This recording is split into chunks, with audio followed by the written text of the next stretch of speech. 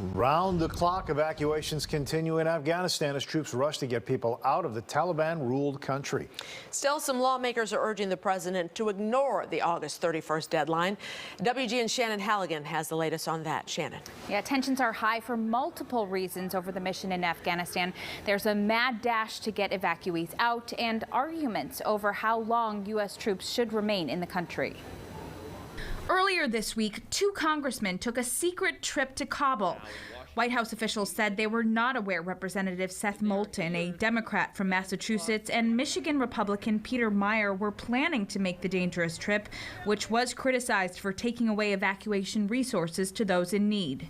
We are obviously not encouraging VIP visits to a very tense, dangerous, and dynamic situation at that airport and inside Kabul generally. On Wednesday, a bipartisan group of House lawmakers gathered to urge President Joe Biden to ignore his Tuesday deadline for evacuating American citizens from Kabul.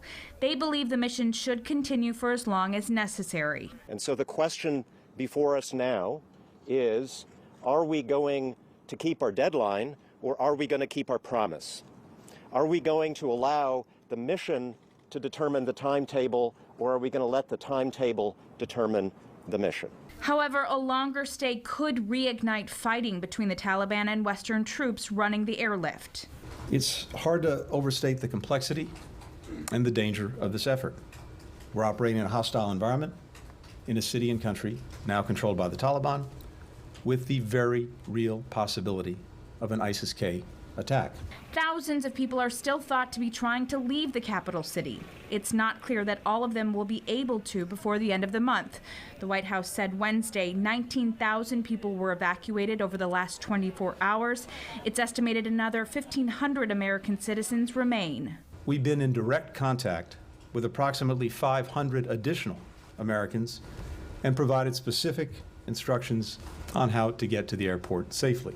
For the remaining roughly 1,000 contacts that we had, who may be Americans seeking to leave Afghanistan, we're aggressively reaching out to them multiple times a day through multiple channels of communication. And we are just getting word that there are warnings tonight of an unspecified threat outside of the Kabul airport. U.S. officials are warning citizens to stay away. Up until then, the Pentagon said that it will continue to evacuate people until the U.S. leaves next Tuesday. But during the final days, it will also need to prioritize getting U.S. troops and military equipment out of the country as well. Live in the newsroom, Shannon Halligan, WGN News. Thanks, Shannon. And there are